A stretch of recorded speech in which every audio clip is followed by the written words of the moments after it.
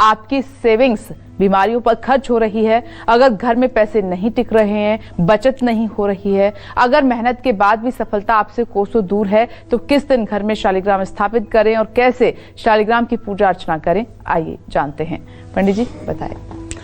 देखो, सच बात तो ये है कि जीवन में उपलब्धि मिलना और जीवन में अनिष्ट होना।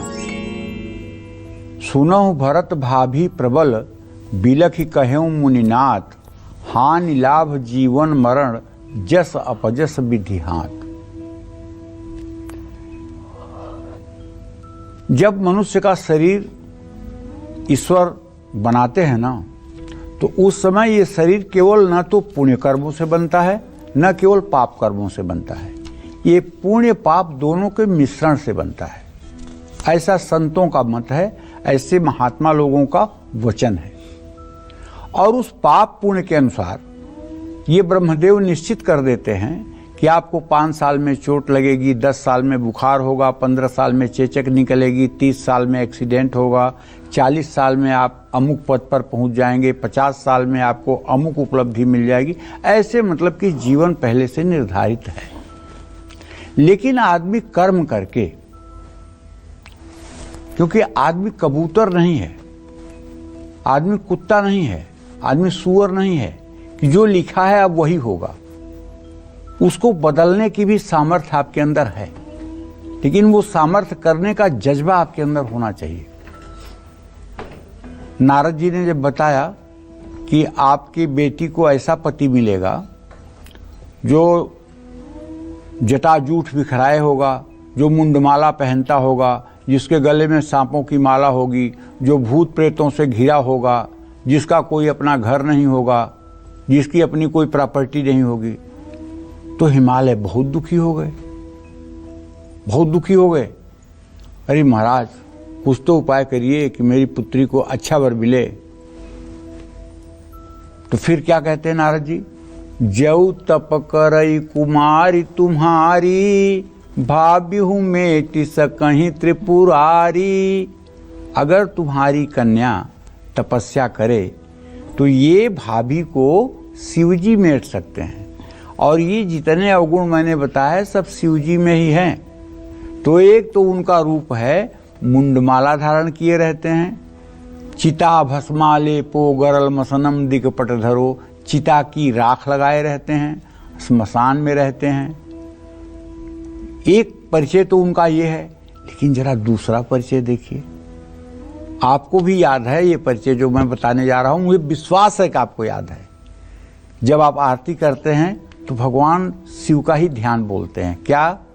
कर्पूर गौरम करुणावतारम, संसार सारम भुजगेंद्रहारम, सदा वसंतम हृदयारविंदे, भवम भवानी सहितम नमामि। कपूर के समान गौर वर्ण है, इतना प्यारा सा मुखमंडल है, इतना प्यारा मुखमंडल है, इतना आकर्षक उनका मुखमंडल है, इतनी अद्वितीय तेज है उनके अंदर, जिसे देखकर पूरी त्रिलोकी मोहित हो जाती है। तो जब तुम्हारी कुमारी कन्या तप करेगी तो भगवान उसे उस स्वरूप में मिल जाएंगे। आप जानते हैं, भगवान शिव की जब बारात जाना हुआ तो सबसे पहले भगवान विष्णु अपना रथ ले करके गरुड़ पर सबसे पहले निकले। उसके बाद ब्रह्मदेव गए, उसके बाद इंद्र गए, उसके बाद दूसरे देवता गए। शिव जी पहले पहले नहीं गए। सबको पता था कि अगर पहले दूल्हा हो जाएगा तो शादी कैंसिल। और जब शंकर जी का नंबर आया तो बाप रे बाप, अगिया बैताल भूत प्रेत, किसी के 4 सर, किसी के सर नहीं, किसी के हाथ नहीं, किसी के पैर नहीं, तूफान मच गया। करी ऐसा दूल्हा तो आज तक सृष्टि में देखा नहीं गया। और मैना ने क्या कहा, हिमालय की पत्नी पार्वती जी की माता ने, ना ना ना ना, मेरी बिटिया कुंवारी रहेगी जिंदगी भर, इस बौराहा वर से हम शादी नहीं करेंगे। देवताओं ने आकर के शिव जी से कहा, प्रभु सब सत्यानाश मत करिए, सदिया मत रोकिए, आप कृपा करिए, अपने स्वरूप में आइए। तो शिव जी मुस्कुराते हुए अपने स्वरूप में आ गए। उनका स्वरूप क्या? कर्पूर गौरम करुणावतारम, संसार सारम भुजगेंद्रहारम। जब इस स्वरूप में आते हैं ना तो ब्रह्मादिक देवता सब मोहित हो जाते हैं। उस स्वरूप में आ गए, शादी हो गई। तो भगवान शिव के कई स्वरूप है ना, जैसे स्वरूप को जब धारण करना चाहते हैं धारण कर लेते हैं। तो आपको भी अगर जीवन में कड़ी मेहनत करने के बाद सफलता नहीं मिल रही है तो एकादशी के दिन शालिग्राम को अपने घर के पूजा स्थान में स्थापित करिए और इस पर जरूर चंदन का लेप करिए और खूब बढ़िया से पुरुष सूक्त के 16 मंत्रों से अभिषेक करिए। अभिषेक करने के बाद उन्हें सिंहासन पर विराजमान करके एक जनेऊ चढ़ाइए, जनेऊ में जरा सा हल्दी लगा दीजिए और उसके बाद में उनके ऊपर चंदन लगाइए। चंदन मलयागिर केसर से युक्त अगर हो तो कुछ पूछना ही नहीं है। मलयागिर चंदन पत्थर पर घिस कर जरा उसमें 2 पत्ती केसर डालकर और भगवान को लगाइए और एक तुलसी का पत्ता चिपका दीजिए और माखन मिश्री या पंचमेवा या फल या पंजीरी का प्रसाद चढ़ा दीजिए। इसके बाद हर रोज इनकी पूजा करते हुए ओम नमो नारायणाय नमः इस मंत्र का कम से कम 1 माला जब सुबह शाम करना शुरू कर दीजिए। 21 दिनों में ही आपको अपने अंदर चमत्कार नजर आने लगेगा। घर में अगर पैसा नहीं टिक रहा है, बीमारियों पर खर्च हो रहा है या किसी को उधार दिया हुआ पैसा वापस नहीं मिल रहा है तो शालिग्राम को घर में स्थापित करें और नियमित पूजा करें। लेकिन शालिग्राम को स्थापित करने वाले व्यक्ति के अंदर धैर्य होना चाहिए, क्योंकि अगर आप गेहूं को खेत में डाल करके और दूसरे दिन ही जाकर देखने लगे वो कितना बड़ा हुआ, उसमें फसल आई कि नहीं, तो कुछ नहीं होगा। 4 महीने का इंतजार करना पड़ेगा गेहूं का बीज डालने के बाद, तब उसकी फसल आपको मिलेगी। उसी तरह से धर्म जो है इसका असर दिखता है लेकिन समय लगता है, इसलिए धैर्य रखना जरूरी है। कुछ लोग कहते हैं अरे पूजा पाठ किया कुछ नहीं होता, पूजा पाठ से कुछ नहीं होता, भगवान कुछ नहीं करते हैं, सब कुछ नहीं, ये सब ऐसे पाखंड है। मम्मी पापा तुमने इतना पूजा पाठ किया, तुम्हें क्या मिला, हम तो नहीं मानते भगवान। अरे भगवान कुछ देते नहीं हैं, भगवान हमें सुख दुख सहने की शक्ति देते हैं। भगवान की शरणागति होने के बाद भगवान हमें विवेक देते हैं, भगवान हमें ज्ञान देते हैं, सुख दुख से लड़ने का साहस देते हैं।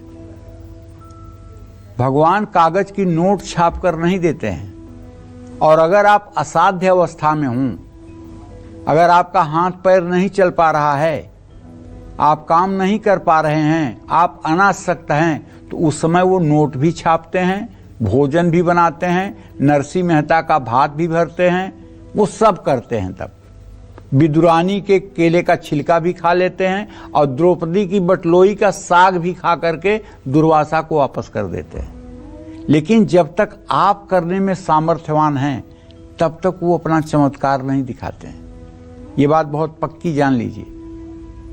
देखिए ना, द्रौपदी जब तक हाथों से साड़ी पकड़ के खड़ी थी, दांतों से साड़ी दबा के खड़ी थी, जब तक अपने 5 पतियों को देख रही थी, जब तक भीष्म पितामह और धृतराष्ट्र से उम्मीद थी, तब तक क्या हुआ, साड़ी दुशासन खींचता गया। लेकिन ज्यों ही द्रौपदी ने दोनों हाथ ऐसे करके कहा हा कृष्ण, जाती है लाजब, तुरंत भगवान का वस्त्रावतार हो गया और 10,000 हाथियों का बल रखने वाला दुशासन 1 अंगुल साड़ी को नहीं खिसका पाया। और भगवान ने कहा क्या, कृष्णा, द्रौपदी को कृष्णा भी कहते थे, ए कृष्णा, अगर जरूरत पड़ी ना तो मैं अपना पीताम्बर भी तेरे ऊपर डाल दूंगा, चाहे मैं खुद दिगंबर हो जाऊं। तो भगवान अपने भक्तों के लिए दिगंबर भी होते हैं, जरा ये भी सोचने की बात है। और ऐसे प्रभु को हम भूले हुए हैं, हम क्या सुख चाहते हैं। जय मां विंध्यवासिनी। चलिए आगे बढ़ते हैं और सिंह राशि की बात कर लेते हैं। कैसा रहेगा आज आपका दिन, जानते हैं। देखिए, सिंह राशि के जातकों को बताना चाहूंगा, यद्यपि आपका राशि स्वामी अभी भी नीच राशि में गोचर कर रहा है, ऐसे में बड़ी विनम्रता से कहना चाहूंगा, रुका हुआ धन तो आपका वापस मिल सकता है। ऑफिस में अधिकारियों से संबंध अच्छे रहेंगे, लेकिन जो लेकिन है वो ये है कि आज आपका क्रोध बनी हुई बात बिगाड़ सकता है, इसलिए गुस्से पर कंट्रोल रखिए। और अगर गुस्सा होगा तो सर दर्द भी आपको परेशान करेगा। प्रॉपर्टी के लेन देन में जल्दबाजी ना करें। तांबे का सिक्का अपने पर्स में रखें। शुभ अंक आपके लिए 8 है। शुभ रंग आपके लिए हरा है। जय मां विंध्यवासिनी। अब कन्या राशि की बात कर लेते हैं। कैसी रहेगी आर्थिक स्थिति, कामकाज, रिश्ते और सेहत साथी क्या है आज का उपाय आपके लिए, शुभ अंक क्या है, शुभ रंग क्या है, जान लेते हैं। देखिए, कन्या राशि के जातकों को बताना चाहूंगा कि आपके राशि में केतु की स्थिति है। आपके द्वितीय भाव में नीच का सूर्य है, लेकिन आपका धनेश शुक्र इस समय बहुत अच्छी कंडीशन में है, जिससे धन लाभ की संभावना बनी हुई है और अगर आप कहीं चाहें तो निवेश भी कर सकते हैं। काम से जुड़ी यात्रा करनी पड़ सकती है। जीवन साथी के साथ घूमने जा सकते हैं। अगर आपकी उम्र 56 साल से ज़्यादा है या और ज़्यादा है तो घुटने का दर्द भी आपको परेशान कर सकता है। वाहन चलाते समय आपको सतर्कता बरतनी चाहिए। किसी जरूरतमंद को अन्नदान करना चाहिए। शुभ अंक आपके लिए 8 है। शुभ रंग आपके लिए भूरा है। जय मां विंध्यवासिनी। अगर आपकी शादी की बात बनते बनते टूट जाती है और कड़ी मेहनत के बाद भी आपको प्रमोशन नहीं मिलता है, कारोबार दिनों दिन घाटे में जा रहा है और ऐन वक्त पर किस्मत आपका साथ छोड़ देती है, तो ऐसे में शालिग्राम से जुड़े कौन से उपाय आपकी इन सारी मुश्किलों को पल भर में दूर कर देंगे, आइए जान लेते हैं। पंडित जी, वो उपाय जो इन सभी मुश्किलों से हमें निजात दिला दें। देखो, भगवान के बारे में तो ये मैं कह सकता हूँ विपनेश, सारे शब्दों का एक तोड़ कह सकता हूं कि उनके हाथ इतने लंबे हैं कि वो जो देना चाहें तो आप लेने का सामर्थ्य नहीं रख पाओगे। एक क्षण लगा था, सुदामा की सुदामा पूरी उन्होंने बनवा दी थी और सुदामा की सुदामा पूरी ऐसी बनी थी जैसे उनकी द्वारका पूरी थी, वैसे सुदामा पूरी बनी थी। लक्ष्मी जी इनका पैर सहलाती हैं, फिर भी वो लक्ष्मी की तरफ न देख करके अपने भक्तों की तरफ ही देखते रहते हैं। और सुख सुविधा से तो किसी का जीवन चला नहीं है। बिल्कुल।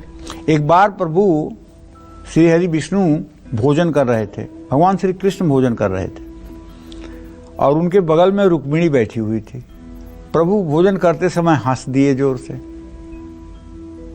तो रुक्मिणी ने पूछा, प्रभु आपने क्यों हंसा? कहना ऐसे ही हंस दिया। कह नहीं नहीं, बिना किसी कारण के तो आप हंस ही नहीं सकते हैं। कारण क्या था आप बताइए। कहन जब तुम जान जाओगी तुम भी हंसोगी। कहन बताइए बताइए कारण क्या है। कहन देख रही हो जो चींटा जा रहा है? कहन हाँ। कहन ये 21 बार इंद्र रहा है, 21 बार ये इंद्र का अधिपति रहा है और जब सारे इसके पुण्य समाप्त हो गए, भोग इसका समाप्त हो गया, तो अब चींटा बन के पैदा हुआ है। अब भी देखो चीनी का एक छोटा सा टुकड़ा लेके कैसा भोगों में आ सकता है। इसलिए ये जीव हर समय भोगों में ही आसक्त रहना चाहता है, कभी भगवान की तरफ मुड़ना नहीं चाहता है। जब स्वर्गादिक के भोग विषम लगने लगे, आपको स्वर्गादिक के भोग आपको जहर लगने लगे और सिर्फ प्रभु के लिए तड़पन हो, तो आपके लिए जीवन में कुछ भी असंभव नहीं रह जाता। बिल्कुल सही बात। कुछ भी असंभव नहीं रह जाता। तो आपका बिजनेस अगर ठीक नहीं चल रहा है, आप सही डिसीजन नहीं ले पा रहे हैं या नौकरी में प्रमोशन नहीं मिल रहा है, तो एकादशी का व्रत रखिए। शालिग्राम की शिला पर चंदन से श्रीम लिखकर 108 तुलसी के पत्रों की माला अर्पित करिए। इसके बाद सामने बैठकर विष्णु सहस्रनामावली, गोपाल सहस्रनामावली का पाठ करिए। जल्द ही तरक्की मिलेगी और बिजनेस भी फलने लगेगा। इससे आर्थिक तंगी भी दूर होगी। अविवाहित लड़के लड़कियां अगर नियमित शालिग्राम पर गुलाब का एक फूल अर्पित करें तो शीघ्र विवाह होता है। भाग्योदय के लिए एकादशी के दिन शाम को शालिग्राम को कच्चे दूध और गंगा जल से धोकर श्री सूक्त के 108 पाठ करने से महालक्ष्मी भगवान विष्णु के साथ हर समय आपके घर में ही विराजमान रहती हैं। इसके बाद हर रोज एक पाठ जरूर करना चाहिए, भाग्य साथ देने लगेगा। जय मां विंध्यवासिनी। आइए अब तुला राशि की हम बात करेंगे, कैसा रहेगा आज आपका दिन, जान लेते हैं। तुला राशि में इस समय नीच का सूर्य है भाई। अगर जरा सा भी भूल चूक हुई तो कोई बड़ा निवेश आपके लिए धनहानि करा सकता है। आज मैं आपको आग्रह करूंगा कि शेयर में पैसा अगर बहुत जानकारी न हो तो मत लगाइएगा। हाँ, अगर आप नौकरी करते हैं तो आपके काम की तारीफ होगी, इसमें डाउट नहीं है। भाई से बेवजह का विवाद हो सकता है। स्किन संबंधी रोग होने की संभावना है। ज़्यादा उत्साह नुकसानदायक होगा। गणेश जी को लड्डू का प्रसाद चढ़ाइए। शुभ अंक आपके लिए 4 है। शुभ रंग आपके लिए नारंगी है। जय मां विंध्यवासिनी। शालिग्राम से जुड़ी वो कौन सी सावधानियां हैं जिनका ध्यान आपको हमेशा हमेशा रखना है? आइए पंडित जी से जानते हैं। पंडित जी, एक तो ये सवाल है और दूसरा आपने कहा कि शालिग्राम की पूजा हमें हर रोज करनी चाहिए, तो कई बार हम वेकेशन पे चले जाते हैं, घर में नहीं होते हैं हफ्ता 10 दिन के लिए, तो उस वक्त हम क्या करें? अनर्थ। भगवान शालिग्राम को अगर आप घर में रख करके और ताला बंद करके उन्हें अगर आप छोड़ के जा रहे हैं तो ये अनर्थ है। तो आपको चाहिए कि आप एक छोटा सा डब्बा ले लीजिए और उसमें शालिग्राम का सिंहासन रख लीजिए और भगवान जी को रख लीजिए और भगवान जी को रख करके अपने साथ कैरी करिए। जहाँ भी आप स्नान करिए वहाँ पहले उनको स्नान कराइए, स्नान करने के बाद, और फिर उनकी पूजा करके जो भी आपसे बन सके पत्र पुष्प उन्हें चढ़ाइए। ठीक लड्डू गोपाल की तरह। ठीक लड्डू गोपाल की तरह भगवान शालिग्राम की पूजा होती है। जानती हो, महिलाएं मतलब कि जो है अशौच में जब अशुद्ध रहती हैं तो कोई पूजा नहीं कर सकती हैं। लेकिन फिर कह रहा हूँ, अच्छे अच्छे महात्मा कहते हैं कि महिलाएं लड्डू गोपाल की पूजा उस समय भी कर सकती हैं। जैसे अपने नवजात शिशु को क्या वो अशुद्ध अवस्था में दूध नहीं पिलाती हैं? क्या अपने अशुद्ध अवस्था में बच्चे का कपड़ा नहीं बदलती हैं? क्या अशुद्ध अवस्था में बच्चे को स्नान नहीं कराती हैं? सब करती हैं ना। तो उसी तरह से लाला भी तो उनके बच्चे हैं ना, वो पुत्र भाव से ही उनकी पूजा कर रही है ना। तो इसलिए उनका अशौच शालिग्राम, उनका अशौच जो है वो लड्डू गोपाल पे नहीं लगेगा, लेकिन हाँ शालिग्राम पे अशौच लगेगा, क्योंकि भगवान श्री हरि के स्वरूप हैं, वो कोई बाल स्वरूप नहीं है। मतलब उन्हीं को शालिग्राम और लड्डू गोपाल को घर में लाना चाहिए जो नियमित पूजा कर सके। हाँ, देखो भाई, ज्ञान क पंथ कृपाण क धारा, परत खगेश लगई नहीं बारा।